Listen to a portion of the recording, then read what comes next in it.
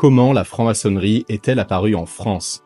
La franc-maçonnerie moderne s'installe d'abord en Angleterre en 1723 par l'initiative des pasteurs anglicans James Anderson et Jean-Théophile Desaguliers.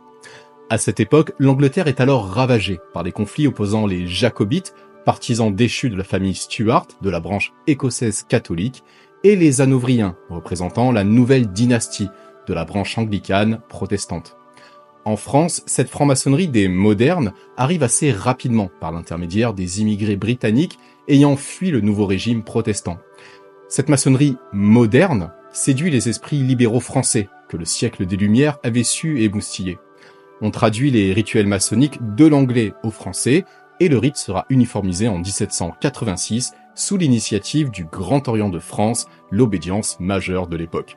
C'est ainsi que naît le rite français.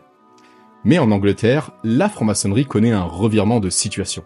Les loges londoniennes se transforment en clubs élitistes mondains et s'éloignent du symbolisme. Et en souhaitant s'imposer comme grande loge d'Angleterre, cette grande loge de Londres provoque un tollé auprès des loges d'Irlande, d'Écosse et de York qui s'unissent autour de Laurence Dermot sous les auspices d'une grande loge des anciens, appelant un retour aux sources maçonnes et au symbolisme ésotérique. Sur notre sol français, à Saint-Germain-en-Laye, lieu refuge des jacobites exilés, les loges militaires écossaises installent cette franc-maçonnerie des anciens. La franc-maçonnerie française est alors divisée en deux camps.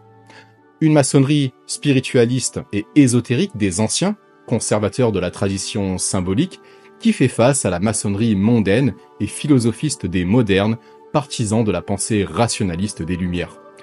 En Angleterre, les deux courants fusionnent en 1813 et ce sont les anciens qui remportent globalement la bataille idéologique. Mais en France, les deux courants restent divisés et la maçonnerie française gardera les traces de cette scission encore aujourd'hui. Je suis le franc-maçon et si tu veux découvrir la franc-maçonnerie, suis-moi.